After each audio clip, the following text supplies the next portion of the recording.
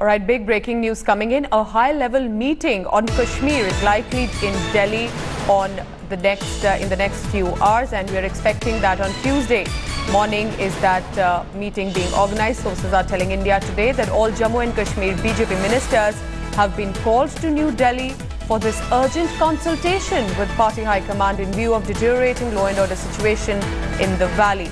Jammu and Kashmir Deputy Chief Minister Kavinder Gupta and 3 other ministers have already left Jammu by train.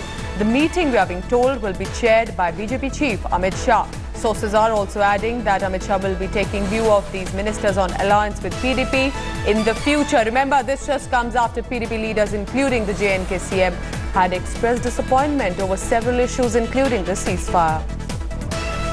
Let me go across directly to Ashwini Kumar in Jammu. Ashwini, it's very interesting. Why would the BJP want to call its leaders to Delhi? What is behind closed doors currently? Tell us. Yeah, Pooja, the President Amit Shah has urgently called all BJP ministers, including the President Ravinder Rana and the organizing secretary of the BJP in Jammu and Kashmir, Ashok Kaul. And most of the BJP ministers, they have left by road, by train, and some of the ministers who are in Kashmir Valley, they will leave early in the morning for the New Delhi. And they are the main points of the Amarnath Yatra and the deteriorating condition in Kashmir Valley. The party high command and the MHA has already taken steps about the CBMs like the ceasefire, Ramzan ceasefire, and then they have offered a talks to the conference, but there is no improvement. And they will discuss these things, and they will then discuss with the MHA people and the Defence Ministry people and take the report from the governor. Is this just a discussion on the alliance, or is there going to be some decision as well taken? Very interesting next few hours on Jammu and Kashmir, with BJP taking a note with regard to its ministers. And is it going to be a discussion on performance as well? Thank you so much, Ashwini, for the details.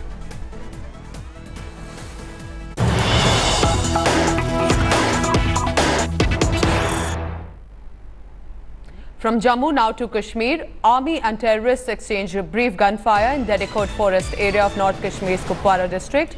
Now the terrorists attacked army's patrolling party of 4 Vikas, which is a subunit of 47 RR. In the evening, the army, we're being told, retaliated the fire in defense, triggering a brief exchange of gunfire. Following this incident, additional reinforcement was also rushed to the site, and a massive search operation is currently underway to trace out the group of these suspected terrorists believed to be hiding in the area. Let me go across to Ashraf Wani in Srinagar. Ashraf, what precisely are the details coming in? We know that in the past few days as well, there have been attacks on the security forces.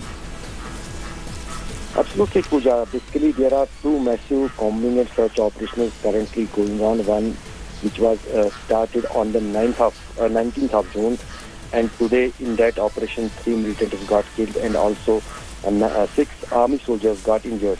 That is underway in the Bandipora forests, but just today evening, an army patrol, as you said, was fired by the hiding militants in Kupwara forest.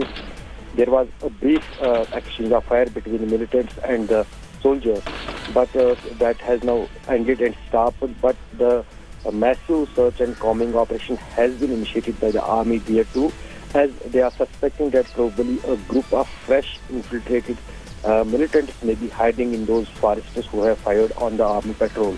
Now, the additional enforcement from the army and the special commandos of army have been already pushed into the operation, and probably with the first light of start from tomorrow morning, this combing and search operation will extend and will also expand. All right, so this CSO also is currently on. We'll wait and watch, but clearly in Jammu and in Kashmir, the situation clearly remains tense.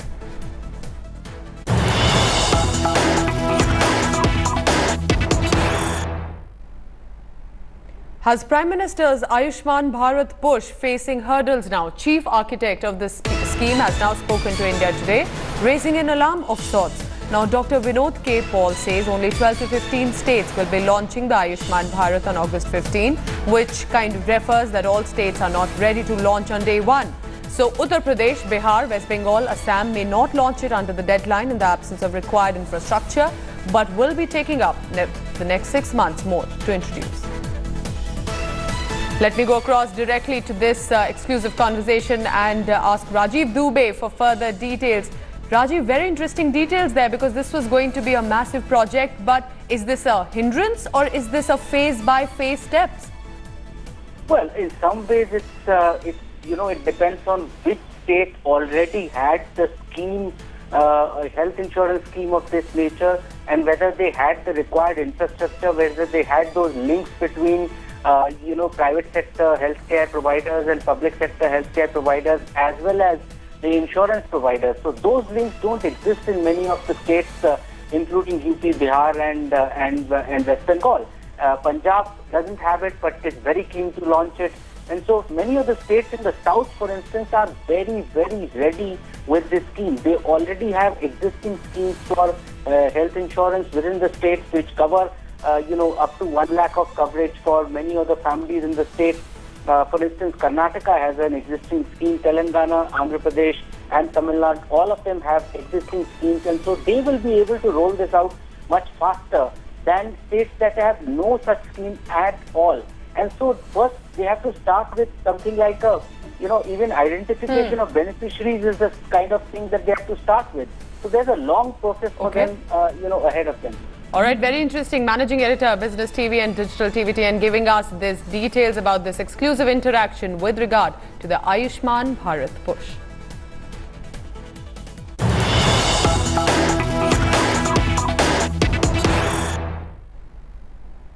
All right, more breaking news coming in. Arun Jaitley is chairing a high-level meeting via teleconference to decide Air India's future now. Discussing the road ahead after the airline failed to attract disinvestment bids, transactional advisor for Air India has submitted report to government on why were there no bids at all for the airline. Let me go across to India Today's National Affairs Editor Rahul Srivastav. Rahul, what time is this meeting scheduled? Is it or sort of it has already started to contact? But the question again remains sort of an embarrassment for the government with no bidding taking place for Air India. The meeting was held. Arun Jaitley held the meeting through teleconferencing. What is important in this is that, as you said, that there were no bids. It seems that the government is realizing that there are forces which could well be coming together.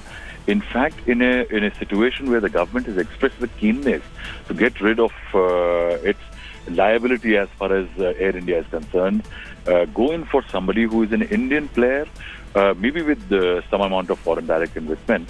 But the fact remains that the government is not that desperate that it will let the public carrier go for peanuts. And that's where the government has decided that in this meeting, the meeting in which the transactional advisor has submitted the reasons. Now, the exact details are not known.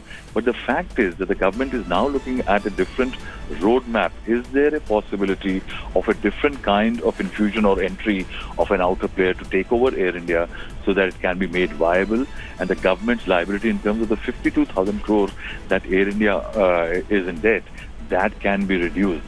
Air India has something close to 25,000 crore worth of assets, but rest, where does it come from? That question still remains. Rahul, thank you for giving us details on this report, but stay on because more breaking news coming in.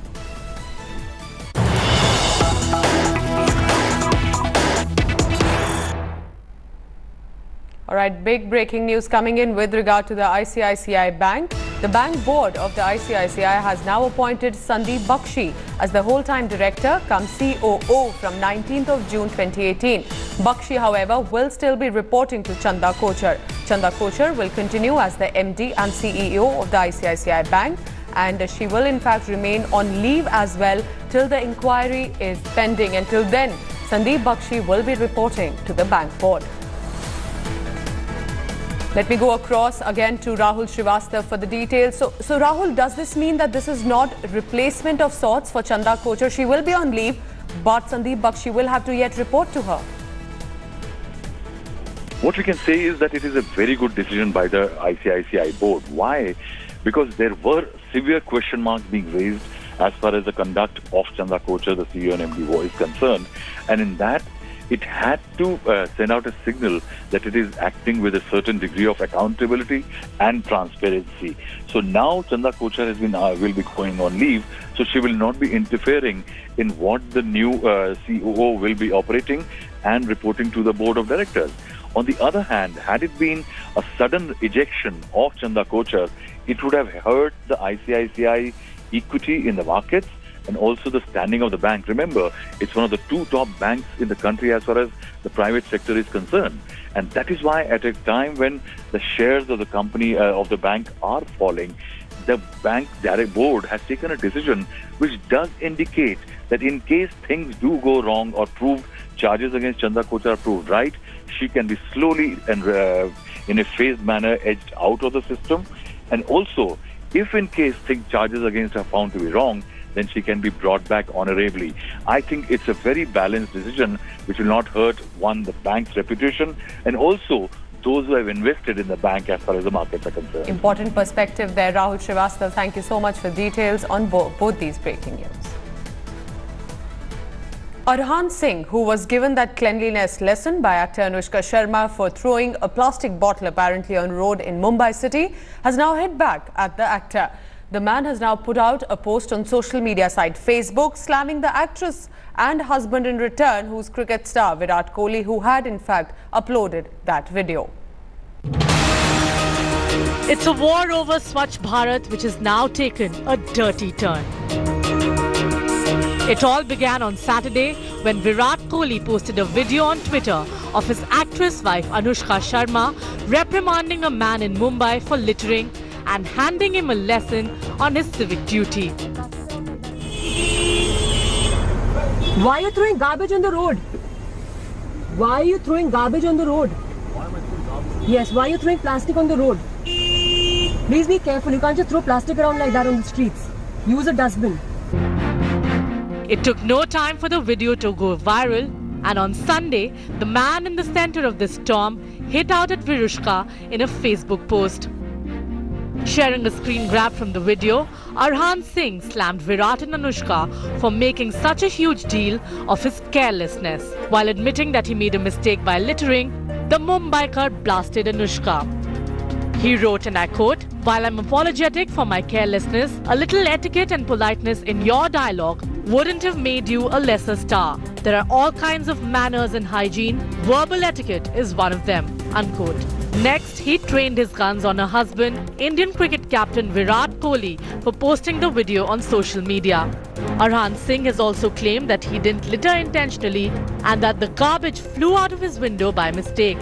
Now that's some serious trash.